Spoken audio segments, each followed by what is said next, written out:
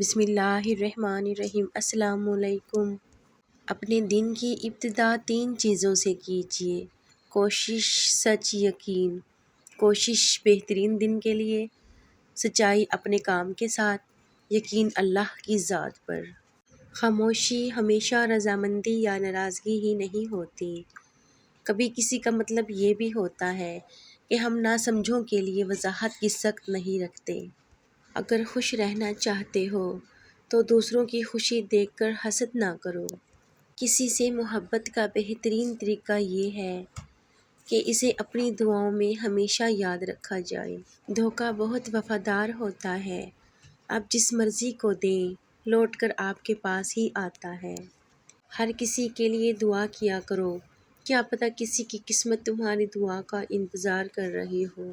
سجدوں میں گرنے سے پہلے ان لوگوں کو گلے لگائیں جو آپ کی وجہ سے اذیت میں مبتلا ہیں، دل آزاریاں معاف نہیں ہوتیں۔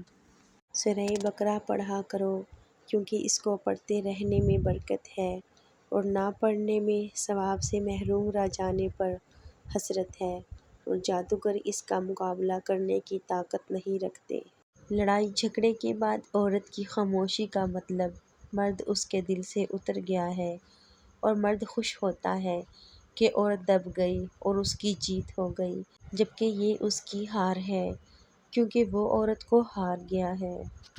سورہ کہف میں ایک سبق ہمارے لیے یہ بھی ہے کہ جب کچھ ایسا ہماری زندگی میں ہو رہا ہو جس کی سمجھ نہ آئے تو ہمیں صبر کر لینا چاہیے، کیونکہ ضروری نہیں کہ ہمیں ہر چیز کی حکمت فوراً ہی سمجھ آ جائے۔ کبھی کبھی یہ باتیں وقت کے ساتھ سمجھ آتی ہیں، وقت سارے راز کھول دیتا ہے۔ جو شخص استغفار کو اپنی زندگی کا حصہ بنا لیتا ہے، اللہ اس کے لیے ہر تنگی سے نکلنے کا راستہ بنا دیتا ہے اور ہر غم، ہر پریشانی سے نجات عطا فرما دیتا ہے۔ استغفار صرف الفاظ نہیں، یہ دل کا جھکاؤ، زبان کی سچائی اور اللہ سے جڑنے کا راستہ ہے۔ جب زندگی الجھ جائے تو استغفر اللہ کہنا نہ چھوڑو، یہی کلمہ بند دروازے کھولتا ہے۔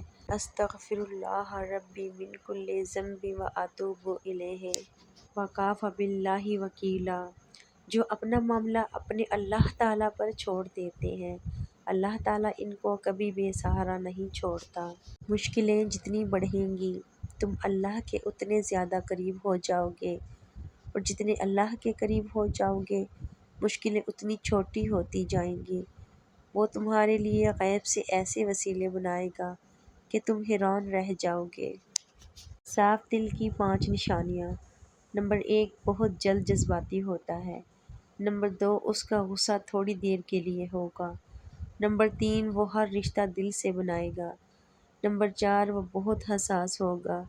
نمبر 5، وہ چھوٹی چھوٹی باتوں پر بھی ناراض ہوگا۔ رسول اللہ صلی اللہ علیہ وآلہ وسلم نے فرمایا، جمعے کے دن اور جمعے کی رات مجھ پر کثرت سے درود پڑھو، کیونکہ جس شخص نے مجھ پر 1 مرتبہ درود پڑھا، اللہ تعالیٰ اس پر 10 مرتبہ رحمت بھیجے گا۔ جب کسی سے تم تعلق بناؤ تو یہ یاد رکھنا، اگر تم تعلق کتاب میں پہلے صفحے پر لفظ احساس، ایمانداری اور برداشت تحریر نہ کرو گے تو پھر آخری صفحے پر جدائی تمہارا مقدر بن جائے گی۔ زندگی میں خود کو کبھی کسی کا عادی مت بنانا، کیونکہ انسان بہت خود غرض ہے۔ جب آپ کو پسند کرتا ہے تو آپ کی برائی بھول جاتا ہے، اور جب آپ سے نفرت کرتا ہے تو آپ کی اچھائی بھول جاتا ہے۔ ایک بہت گندی روایت ہمارے ہاں یہ بھی پائی جاتی ہے کہ اگر کوئی انسان اپنے برے اعمال کو چھوڑ کر نیک کاموں میں آگے بڑھنا چاہتا ہو تو ہم لوگ اس کا ماضی اٹھا کر اس کے منہ پر مار دیتے ہیں۔ دیکھنے میں آیا ہے کہ کچھ میاں بیوی صرف اور صرف اپنی اولاد کی وجہ سے اپنے رشتے کو نبھا رہے ہیں۔ اختلاف ڈٹ کر کریں لیکن منافقت کبھی نہ کریں۔ اختلاف جرأت مند، دلیر اور خاندانی لوگ کرتے ہیں، جبکہ منافقت بزدلوں اور بدنسلوں کی صفت ہے۔ عبادت کرتے ہو مگر ناحق لوگوں کو اپنی زبان سے یا اپنے کردار سے تکلیف دیتے ہو، صدقہ کرتے ہو مگر احسان جتلاتے ہو، تو جان لو کہ اپنی نیکیاں ایسی تھیلی میں جمع نہ کرو جس میں سوراخ ہو۔ اللہ پاک نیکی کرنے کی توفیق عطا فرمائے، آمین ثم آمین۔ پرانے زمانے کے لوگ تعریف والی جگہ سے بھاگ جایا کرتے تھے۔ سب سے زیادہ کمزور چیز اپنی تعریف سننا ہے، اور سب سے خطرناک چیز ہوتی ہے اپنے منہ سے اپنی تعریف کرنا۔ یہ ایک وبا ہے، اور یہ وبا بہت پھیلی ہوئی ہے۔ اپنی شکل کی تعریف، اپنے خاندان کی تعریف اور اپنی ذات کی تعریف ایک وبا بن گئی ہے۔ ایک بزرگ سے کسی نے پوچھا کہ عبادت کرنے کے لیے بہترین دن کون سا ہے؟ بزرگ نے کہا، موت سے ایک دن پہلے۔ اس نے حیرت سے کہا کہ موت کا وقت تو معلوم نہیں۔ فرمایا، تو پھر زندگی کے ہر دن کو آخری سمجھو۔ زندگی بہتر ہوتی ہے جب آپ خوش ہوتے ہیں، لیکن زندگی بہترین ہو جاتی ہے جب آپ کی وجہ سے دوسرے خوش ہوتے ہیں۔ کچھ لوگ اپنی اکڑ کی وجہ سے قیمتی رشتے کھو دیتے ہیں، اور کچھ لوگ رشتے بچاتے بچاتے اپنی قدر کھو دیتے ہیں۔ صبح جلدی صرف 4 چیزیں اٹھاتی ہیں۔